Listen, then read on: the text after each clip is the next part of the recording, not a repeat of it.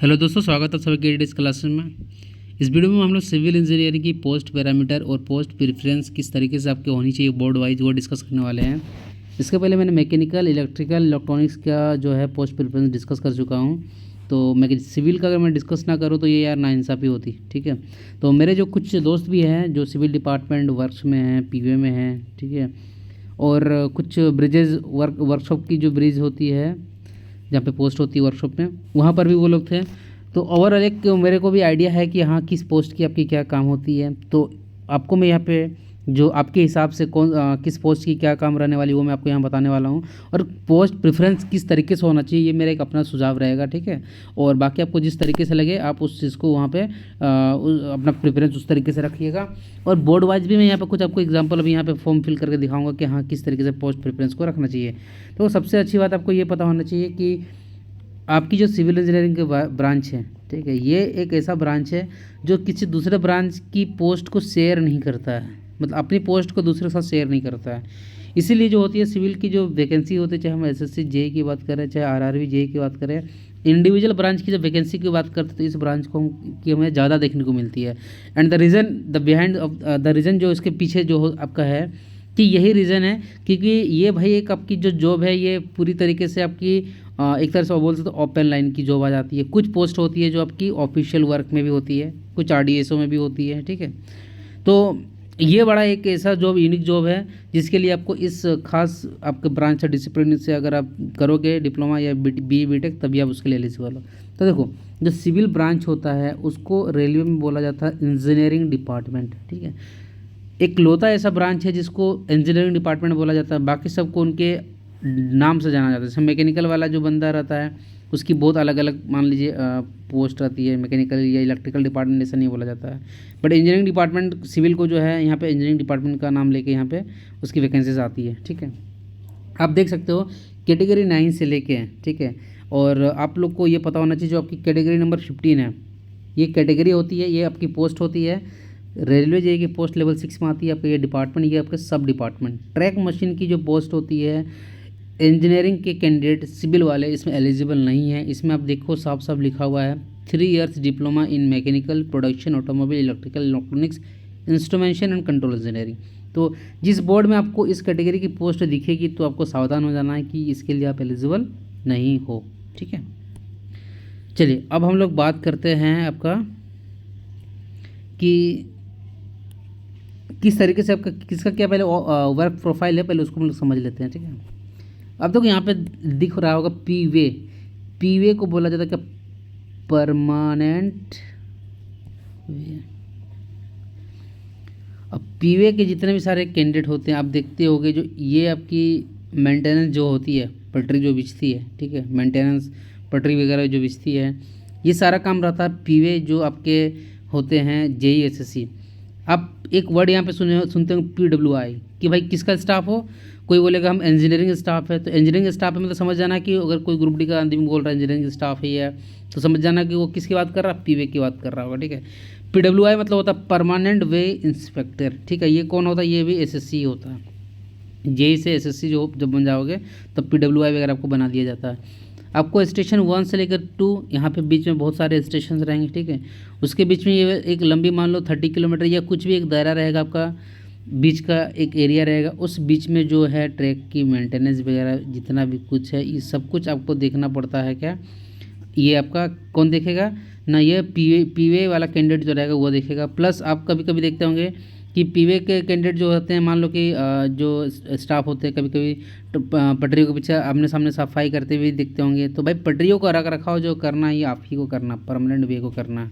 ठीक है, तो ये आपको ये इस बात से हमको ये समझ में आती है कि एक तो ओपन लाइन जॉब है ही, प्लस ये क्या है, ये आपका 24 आवर टाइप का जॉब है। मतलब 24 घंटे भले आप ड्यूटी नहीं कर रहे हो, लेकिन अगर कहीं कुछ हो जाता तो आपको एट ए टाइम वहाँ पे पहुँचना पड़ेगा। ठीक है, कहीं पे कुछ फेलियर होता है या उसका मेंटेनेंस होता है तो ये ओपन लाइन की जॉब आपकी रहती है। 24 आवर वाली यहाँ पे कहानी है। और इसमें जो है आपकी ट्रैक मेंटेनेंस जो सॉरी इसमें जो आपकी पटरियाँ वगैरह जो होती है जिसको हम परमानेंट वे के पोस्ट से जानते हैं। ठीक है, तो ये आपकी पीवे एंड ब्रिज जो एक कैटेगरी में इसको रखा गया है। तो A3 इसकी मेडिकल स्टैंडर्ड रहेगी। ब्रिज मतलब जो आपके नए जो ब्रिज यहाँ पे बनते हैं आपके रेलवे में, ठीक है, तो ये भी आपको कौन देखता है ना, ब्रिज का भी जो डिपार्टमेंट होता है ये भी सिविल वाले देखते हैं।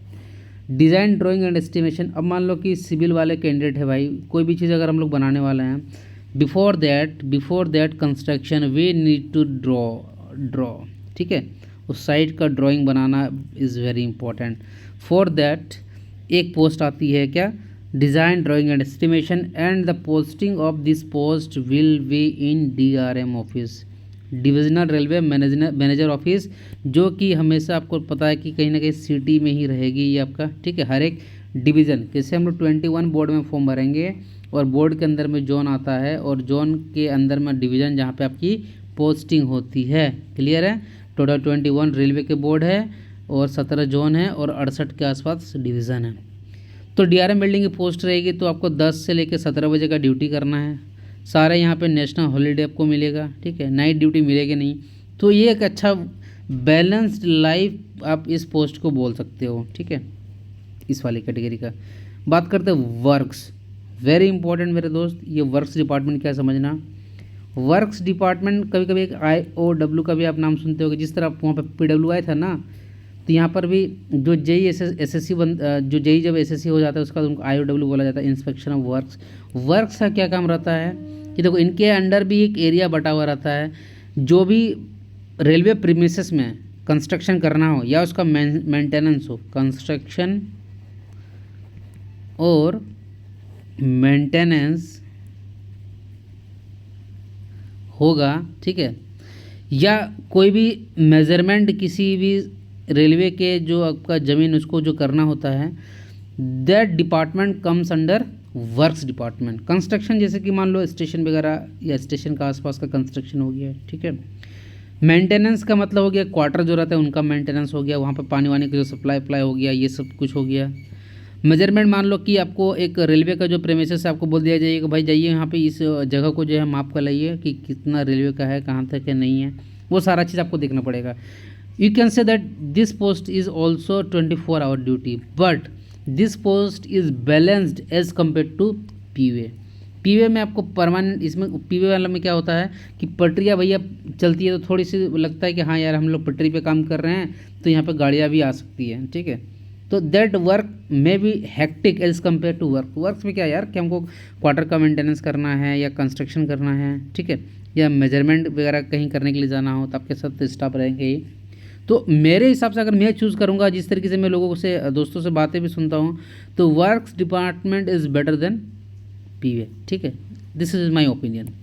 अब बात करते हैं अगला, वर्क्स को यहाँ समझ में अगर रिसर्च, ये आपका R&D डिपार्टमेंट RDSO वगैरह में अगर ये पोस्ट होगी तो इसको भर सकते हो आप। डिज़ाइन में भी सिविल की पोस्ट होती है, ठीक है, ये भी बैलेंस्ड है। वर्कशॉप पोस्ट, वर्कशॉप की पोस्ट होगी।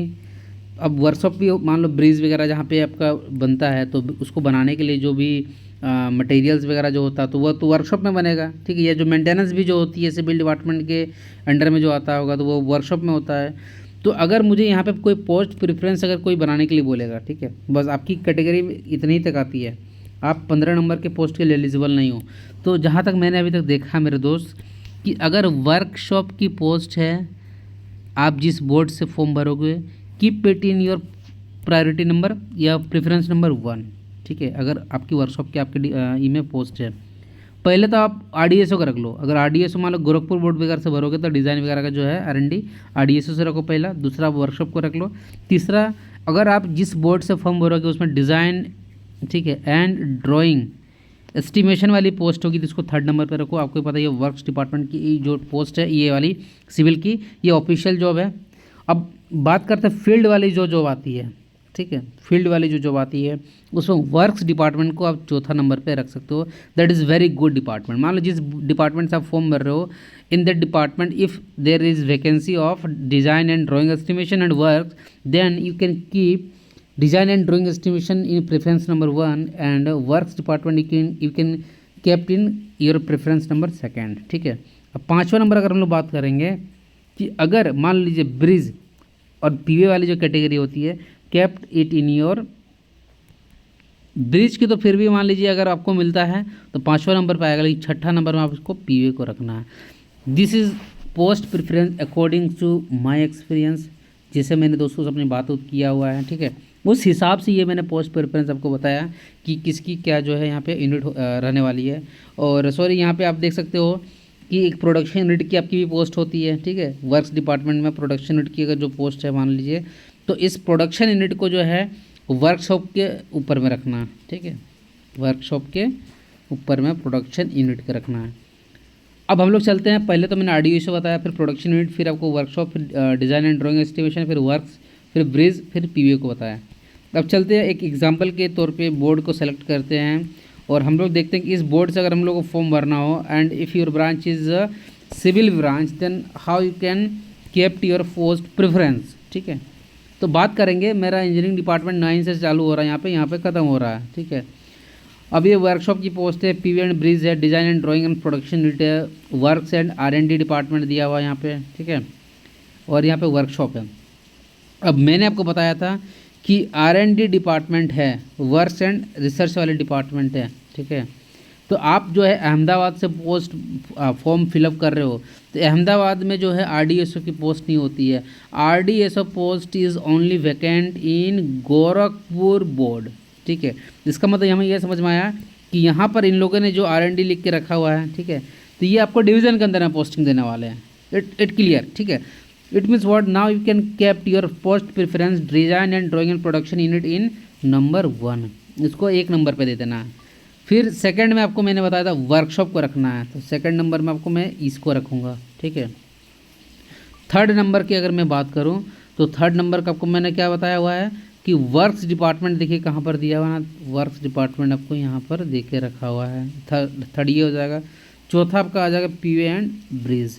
तो भाई आपका 9 से लेके 14, ठीक है। तो ये 1 2 3 जितने 4 कैटेगरी के लिए यहाँ पे थे, तो जो कैंडिडेट अहमदाबाद से फॉर्म भरेंगे तो उनके लिए पोस्ट प्रेफरेंस जो अगर रहेगा, पोस्ट प्रेफरेंस की बात करें according to my experience, you can keep category number 10 in first preference, ठीक है। Then after workshop category number 14 in second preference.